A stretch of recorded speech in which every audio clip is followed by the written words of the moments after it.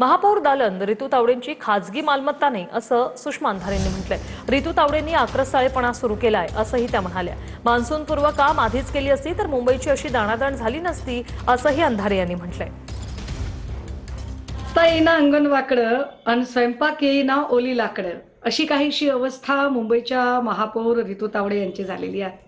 विशेषतः मे महिन्यातच सगळ्या कामांची पाहणी पूर्ण झाली असती तर आता रील्स काढण्याचीही वेळ आली नसती आणि विशेषतः पहिल्याच पावसात मुंबईची अशी दाणादाणही उडाली नसती। गृह खात्याच्या कामात लुडबुड करण्यात व्यस्त असणाऱ्या रितू तावडे आता मात्र वेगळ्याच कारणासाठी आकांडतांडव आणि आक्रस्ताळेपणा करतायत। हा कांगावा बंद करा।